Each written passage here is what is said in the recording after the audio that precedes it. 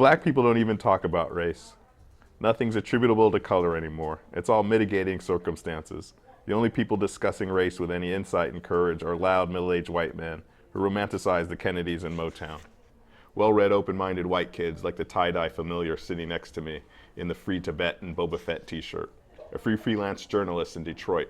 And the American Hikiko Mori who sit in their basements, pounding away at their keyboards, composing measured and well-thought-out responses to the endless torrent of racist online commentary. Paul, that's a part of your book, but is that true? Do you think, especially in this election year, there needs to be a wider discussion about race in the US? Yeah, sure, why not?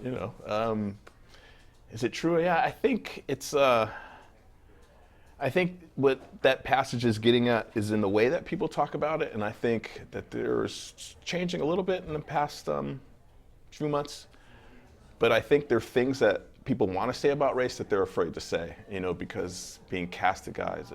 There's a phrase in the States that they say playing the race card all the time, which is if you complain that it's out of bounds and, there's something wrong with what you're saying, it's not valid. And so I think people are afraid to step in that. And if you do say something, I think people feel like it puts you into a box. What kind of things do you think people are afraid to say? I think, it's weird because, this book, finished this book like almost 2 years ago. So, things have changed. But I think one of the things was, talking about job discrimination, housing, all these kind of things. I think people censoring themselves, not just about race, but about gender, about a lot of things. But I think because of the police brutality and these other things, Trump, and these things have been amped up to another level. So there's a rhetoric, and that rhetoric's at a pitch that that they have to counter to. Some other things like Ta-Nehisi Coates' book, I think, was an example. I cite him later on as one of these few people who would talk about race in that way. And so, it's still a thing, I think. It doesn't seem like there's been much discussion about race relations during this campaign. Is there either side that's appealing more to African-American voters? Most black voters are staunchly Democratic, or they vote Democratic, whether they feel Democratic like Democrats or not, that's another story. And, and Trump, his, a large part of his appeal is race-based. If anybody's playing the race card, it's him. And so it's there. There's no doubt. Part of the thing that got him to where he was his fervor about, Islamic migration and, the Mexican border and all that. And I think that's tapped into another anger because the demographics of the country are changing. And that's something that no one's really talking about in any real kind of way about what that really means, about who America is never who it thinks it is, but even at that level.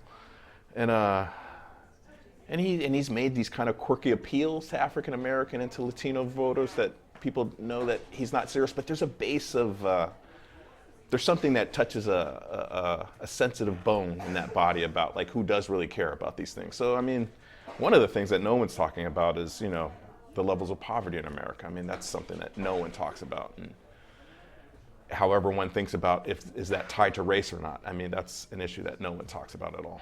Now, your book is a satire, and there's a powerful scene where the narrator's father is shot dead by the police, unarmed, which is something that you could read about in the newspapers in recent times. Sure. Is it okay to laugh about this kind of stuff, do you think? Yeah, I think so. I think people laugh. It's not an actual thing. It's not like somebody laughing at the thing. It's my take in retrospect about, an imaginary act. And I think it's that weird thing of what's funny, and I think maybe the act itself might not be funny, but the analysis can be funny. The inside out things can be funny. And I think it's always okay to laugh. And I say that guardedly. I think that can be interpreted in a lot of ways. But I think when you're moved to laugh, you need to laugh. Now, your book also deals with kind of this idea of like, what's the ideal America? Yeah. 8 years after President Obama went into the White House, people were saying there's going to be this post-racial America. Yeah. What happened? I can't say I've heard a ton of people say that. I think there was an implication of that, and I think that was a thing that people assumed at some level. And but I can't say I heard people actually say, yeah, it's going to be a post-racial America. I think I hear that phrase a lot in terms of black art. Like this is a state of like a post-racial, post-civil rights art. I don't necessarily agree with that. I think it's just black art and art in general. You know? I guess you're right. It was a hope that it was going to be a post-racial Yeah, America. yeah, and I never heard anybody say, yes, now we've entered into this new age. Maybe, and if anybody, it might have been a more conservative line of thinking at some level. But I think, you know, it was to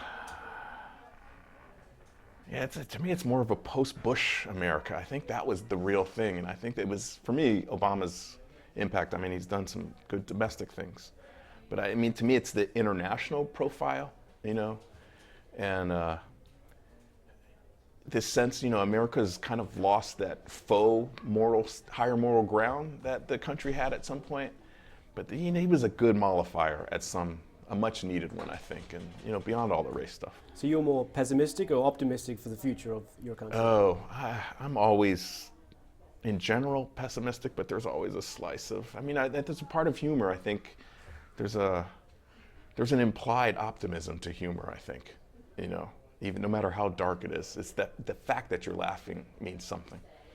Paul, thanks very much. Yeah, man, Tom, thanks for having me, man. Appreciate it, man. Cool. Thanks.